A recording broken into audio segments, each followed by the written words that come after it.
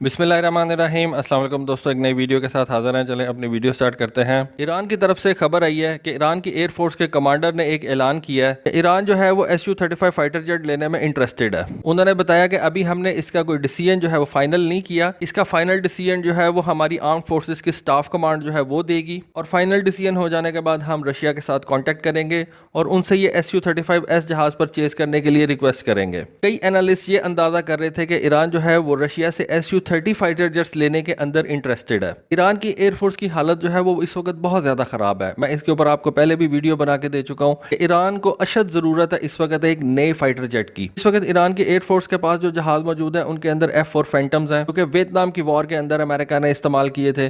फिर ईरान के पास कुछ F-5 जहाज़ हैं जिनको उन्होंने मॉडिफाई करके अपने मुल्क के अंदर खुद से तैयार करना शुरू कर दिया है। लाइट वेट फाइटर जेट्स हैं जिनकी कोई बहुत ज़्यादा रेंज नहीं है। ईरान रकबे के लिहाज से एक बड़ा मुल्क है। उसके अलावा ईरान के पास MiG-29 हैं, भी बहुत ज़्यादा पुराने हैं। ईरान के पास F-14 जहाज़ हैं। F-14 जहाज़ जो हैं उनको ईरान ने अपने न्यूक्लियर पावर प्लांट्स की प्रोटेक्शन के लिए रखा हुआ है। बहुत कम F-14 जो है वो इस वक्त ऑपरेशनल है, लेकिन ईरान उनको इस वक्त यूज़ कर रहा है और उसने उनको किसी भी तरीके से ऑपरेशनल रखा हुआ है। MiG-29 जो उसके बाद जहाज़ आते हैं जो कि थोड़े से ज़्यादा सोफिस्टिकेटेड हैं, उनके बारे में ख्याल किया जाता है कि ईरान ने उनको तेहरान के लिए जो है, तेहरान की प्रोटेक्शन के लिए जो है वो रखा हुआ है। ओवरऑल ईरान को अपनी प्रोटेक्शन के लिए कुछ ज़्यादा जहाज़ों की ज़रूरत पड़ेगी, नए जहाज़ों की ज़रूरत है जिनके अंदर नए एवियोनिक्स हो, नए रेडार्स हों, उनका लॉइटर टाइम भी ऐसा हो कि वो ईरान की जोग्राफिकल जो हदूद हैं उनको प्रोटेक्ट कर सकें। ईरान इससे पहले भी सोवियत या रशियन जहाज़ों को परचेज करने के अंदर इंटरेस्टेड था, लेकिन तब अमेरिका की तरफ से कुछ ऐसा प्रेशर रशिया के ऊपर पड़ा, रशिया ने ईरान को वेपन सेल्स के ऊपर खुद से पाबंदी लगा दी।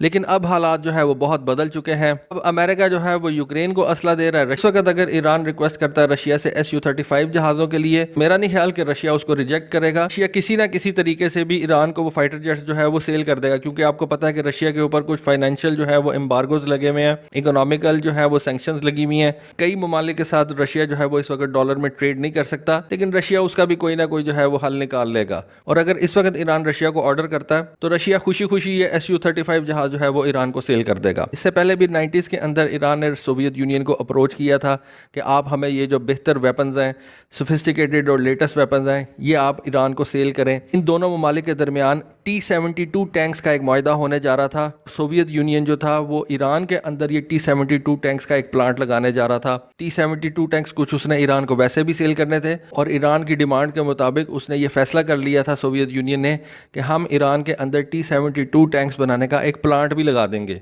ऑर्डर ज़रा बड़ा था, इस वजह से ये फैसला किया गया। लेकिन फिर मैंने आपको बताया कि अमेरिकन प्रेशर जो था वो इतना ज़्यादा पड़ा रशिया के ऊपर, सोवियत यूनियन टूट गया।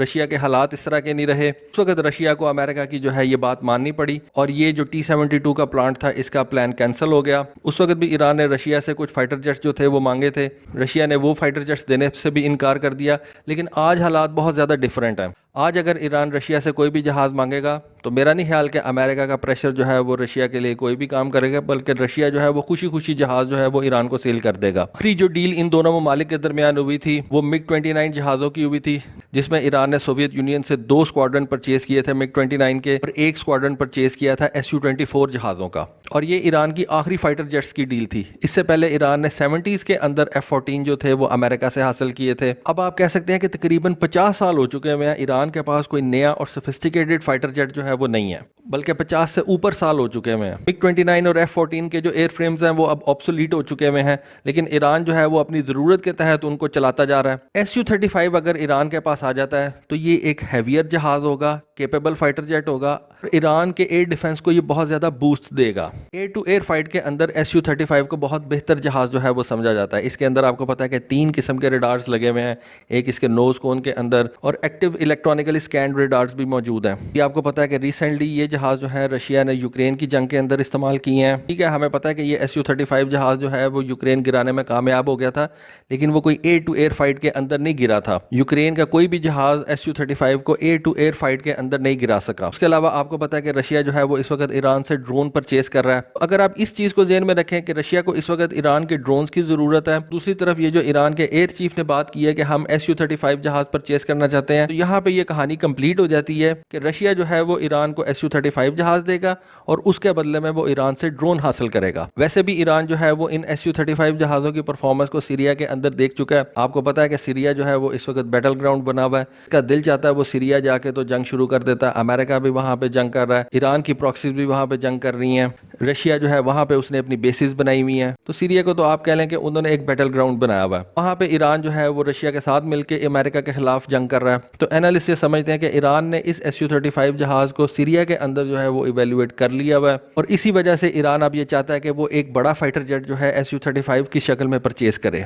2010 के अंदर ये समझा जाता था कि ईरान शायद SU-30 जहाज रशिया से परचेज करेगा और हो सकता है कि वो इन जहाज़ों को अपने मुल्क के अंदर अंडर लाइसेंस भी तैयार करे। लेकिन हमें पता है कि SU-35 जो है वो SU-30 से एक बेहतर जहाज़ है, ज़्यादा केपेबल है। एयर टू एयर फाइट के अंदर तो डेफिनेटली वो SU-30 जहाज़ से बहुत बेहतर है। उसका रडार जो है वो SU-30 जहाज़ से बेहतर है, इंजन जो है उसके SU-30 जहाज़ से बेहतर है। SU-35 के इंजन के अंदर 3 डायमेंशनल थ्रस्ट वेक्टरिंग कैपेबिलिटीज़ हैं। उसकी जो रेंज है वो अनराइवल्ड है अमंग एयर सुपीरियोरिटी फाइटर्स। उसका लॉइटर टाइम जो है वो बहुत ज़्यादा है। पायलट की सिचुएशनल अवेयरनेस के लिए जैसा कि मैंने बताया कि इसके अंदर 3 फेज अरे रडार जो है वो लगे हुए हैं। SU-35 जहाज के अंदर रशिया ने बहुत से एडवांस म्यूनिशंस जो है उनको इंटीग्रेट कर दिया हुआ है। इससे पहले ये समझा जाता था कि ईरान जो है वो चाइना से J-10C फाइटर जेट्स परचेज करेगा। J-10C फाइटर जेट परचेज करने की समझ भी आती थी क्योंकि वो एक सिंगल इंजन जहाज है, अच्छी खासी रेंज वाला जहाज है, पेलोड भी ठीक ठाक उठा सकता है, ऐसा रडार उसके अंदर लगा हुआ है। और ईरान को J-10C फाइटर जेट के साथ साथ मॉडर्न एवियोनिक्स भी मिलने थे, एडवांस PL-15 मिसाइल भी मिल सकता था और PL-10 मिसाइल भी मिल सकता था। लेकिन फिर ईरान ने J-10C फाइटर जेट की बजाय SU-35 जहाज को लेने का क्यों फैसला किया है? इसकी मुझे 2-3 वजूहात जो है वो समझ में आती हैं।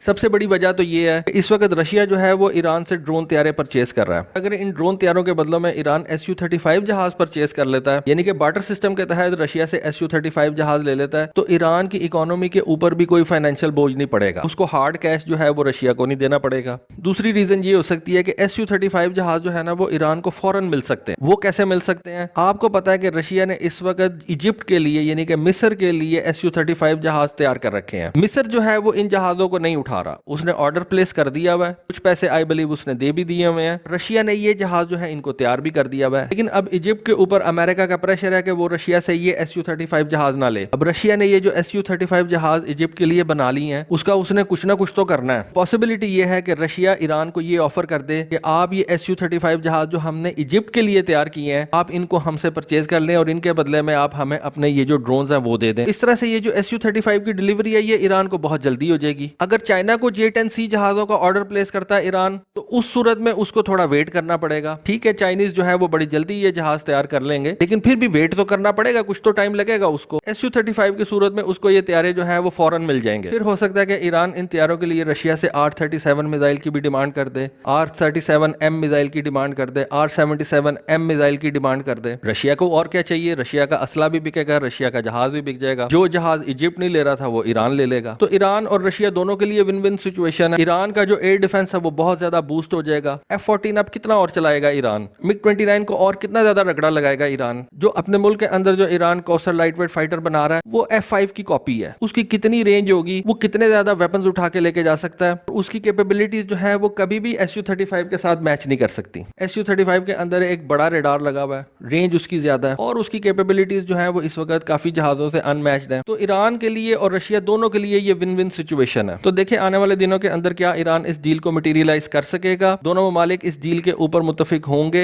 एग्रीमेंट इसके ऊपर साइन होगा। जैसे ही कोई खबर आती है इंशाल्लाह आपके साथ जरूर शेयर करूंगा। होपफुली आपको आज की वीडियो, आज की इन्फॉर्मेशन पसंद आई होगी। कमेंट सेक्शन में अपनी राय से जरूर आगाह कीजिएगा। आज के लिए बस इतना ही। Thank you. Allah Hafiz.